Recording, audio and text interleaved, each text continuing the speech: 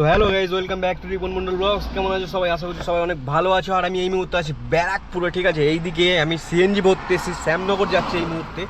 আমি আছি ব্যারাকপুর রোডে, ঠিক আছে। আমার ব্যাটারি মানে গোপুরো চলছিল না, আমি ভাবলাম খারাপ হয়ে গেছে, কাল সারা চার্জে দিয়ে রেখেছি, চার্জ হয়নি, ঠিক আছে। তো ব্লগ অনেক আগে থেকে শুরু করতে পারতাম।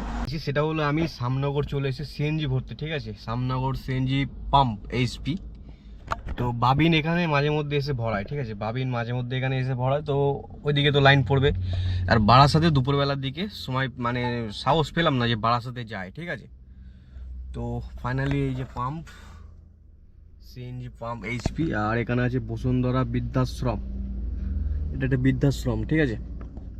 এই যে সিএনজি পাম্প এখানে লোকেশন। আর এটা হচ্ছে তোমার কল্যাণী এক্সপ্রেসওয়ে, মানে A1 রাস্তা, ঠিক আছে। তো অনেক দিন, ঠিক আছে, অনেক দিন তোমার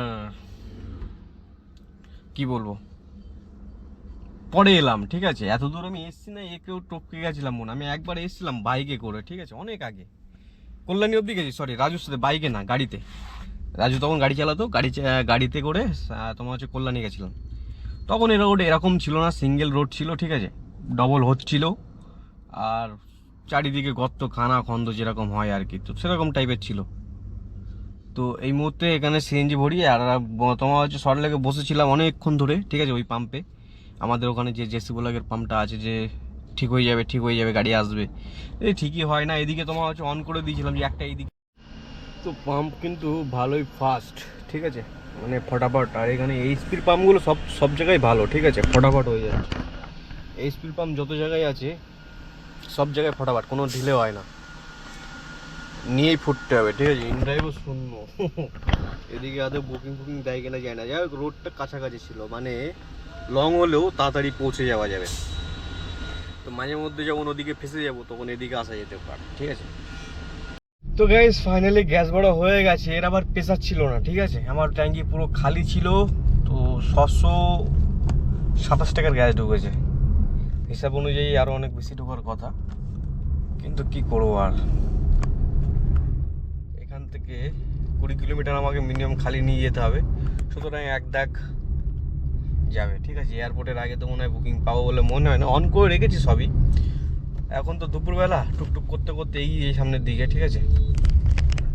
সামনে টুকুর টুকুর করতে করতে এগিয়ে যাই, দিয়ে দেখি তারপরে বুকিং যদি পেয়ে যায় তো ভালো, আর না হলে ডাইরেক্ট এয়ারপোর্টে গিয়ে কথা হবে, ঠিক আছে। বাড়ি দিয়ে খাবার নিয়ে এসেছি, খেতে হবে। এখনো বউনি হয়নি, ভাবতে পারছো।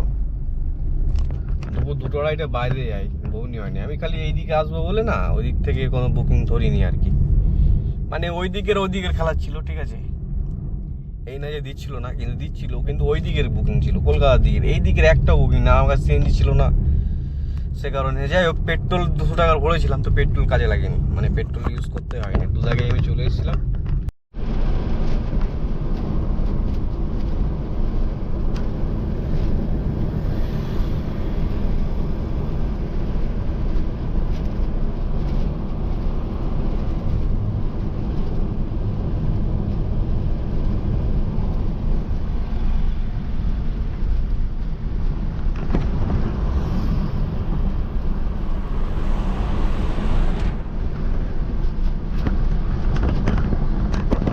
ফাইনালি আমি কি করি, বাড়ি চলে আসি, ঠিক আছে। আমার মাথায় কাজ করছিল না, এতটাই বুকিং কম ছিল, ঠিক আছে। আর অনেকের ভালো গেছে, ঠিক আছে, অনেকের ভালো গেছে, ঠিক আছে। আর আমি এয়ারপোর্টের মধ্যে যখন ঢুকেছিলাম, তো ভাবলাম এয়ারপোর্টের মধ্যে পেয়ে যাবো বুকিং, ঠিক আছে। ওরে বাপ রে বাপ, বুকিং পেতে পেতে পেতে পেতে মাথা খারাপ। ওর মধ্যে অনেকেই ছিল 3 ঘন্টা 4 ঘন্টা ধরে বসে আছে, ঠিক আছে, এয়ারপোর্টের ভিতরে পার্কিংয়ে।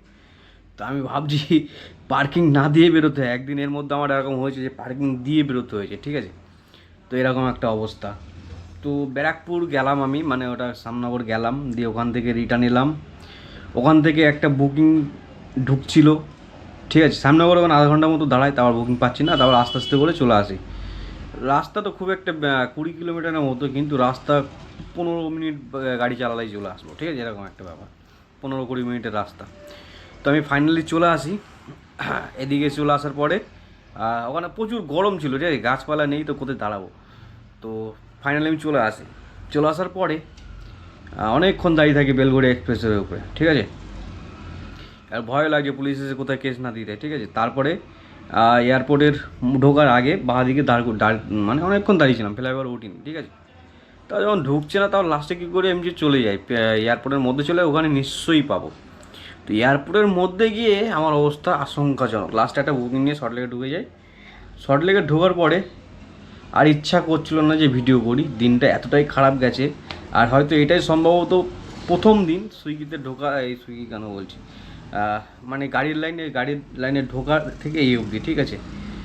তো সকালবেলা বুকিং দিচ্ছিলো, অনেক বুকিং ছিল সকালবেলা আমি চাইছিলাম, আমার সিএনজি ছিল না, ঠিক আছে। 3 দাগ সিএনজি নিয়ে কী রিস্ক নেবো, তো আমি ভাবছিলাম 3 দাগও না, সরি 2 দাগ সিএনজিতে কী রিস্ক নেবো, ঠিক আছে। আর আমার সরলের সিএনজি পাম্পে সিএনজি ছিল না, তো আমার কিছু করার ছিল না। তো আমি ভাবলাম বাইরে চলে যাই, দিয়ে ওদিক থেকে তাও আবার কি 200 টাকা পেট্রোলও ভরে নিয়েছিলাম, যে যদি ইমার্জেন্সি পড়ে। তো আমি ডাইরেক্ট সিএনজি না ভরতে গিয়ে বাবিনের সাথে দেখা হলো, তো ও সিএনজি ভরতে যাবে এরকম একটা প্ল্যান, ঠিক আছে। তা বলছে ভাই দুজনে দাঁড়া, এইভাবে যাওয়া যাবে না খালি গাড়ি নিয়ে, একটা বুকিং নিয়ে ওইদিকে যাবো, ওই দিকের একটা বুকিং করবো। সেটা এয়ারপোর্ট হলেও না হয় এয়ারপোর্ট অবধি গেলাম, তারপরে ওই দিক থেকে বারাসাত নাহলে শ্যামনগর, যে কোনো এক জায়গায় একটা যদি ওই দিকের বুকিং পাই। নর্মাল অন্য দিনে আমরা ওই দিক ছাড়া এই দিকে ঢুকি না। আর আজ মানে যা বুকিং ঢুকেছে সব তোমার হচ্ছে কী বলে, বারুইপুর, তারপরে তোমার Garia, park circus, park street, এইসব, ঠিক আছে। একটা যদি ওদিকে পাই, এবারে যে কারণে সিএনজি পাইনি, তো অপেক্ষা করতে করতে করতে করতে লাস্টে বাবিন বললো ভাই আমি বাড়ি যাচ্ছি, বাড়ি গিয়ে ভাত খেয়ে আসি। তা বাবিন চলে গেল, আর আমি ভাত নিয়ে গেছিলাম, তো আমি গাড়িতে বসে খেয়েছি, ঠিক আছে। শ্যামনগরে সিএনজি ভরার পরে তো কত টাকা আর্নিং হয়েছে না হয়েছে সেটা আর বলতে চাইছি না, খুবই খারাপ গেছে। তো এই ভিডিওটা এই অবধি, ঠিক আছে। সবাই সবার মতামত তো জানাও, আজকের জন্য গালাগালি দিও না, ঠিক আছে। আজকে এমনি দিনটা খারাপ গেছে, কী আর বলবো। সো এই ভিডিওটা এই অবধি, ঠিক আছে। পরের ভিডিওতে আবার নতুন করে দেখা যাক কী হয়। পাশে থেকো সবাই।